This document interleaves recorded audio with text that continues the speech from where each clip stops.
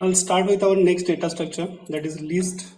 List is a data structure that stores ordered collection of atoms. List is just nothing but an ordered collection of atoms. Ordered collection means list elements are indexed. List elements are indexed just how we have seen in case of string, and each individual element of list we can access by its index value here. Okay? So list, if you think, if you know about C++, list is just nothing but an array which is a collection of atoms. Only thing is that in case of Python list, it is a collection of atoms of different data types. Okay, in case of arrays in C++, if you know, arrays are just nothing but collection of similar data types. In case of list, a list is a collection of atoms of different data types.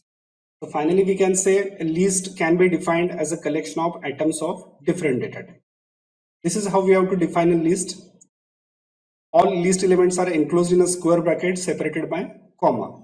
All list elements are enclosed in a square bracket separated by comma. List can have similar data types. List can have different data types. See how we can create a list. So this is a list of similar data values. This is a list of different data values.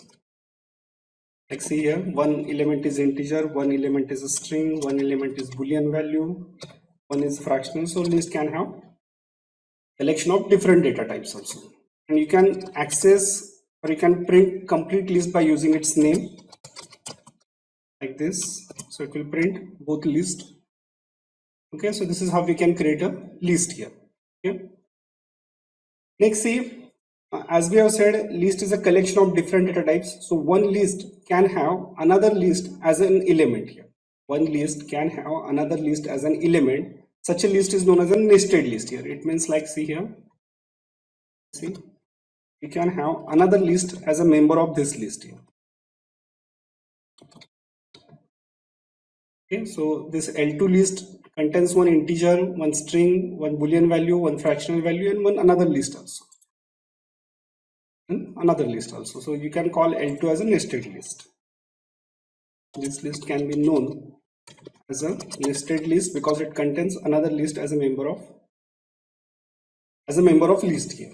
Okay, next see, list is labeled as a mutable data type. Now that's very important one. In case of string, we use the word immutable, means content of string we can't change without creating new object.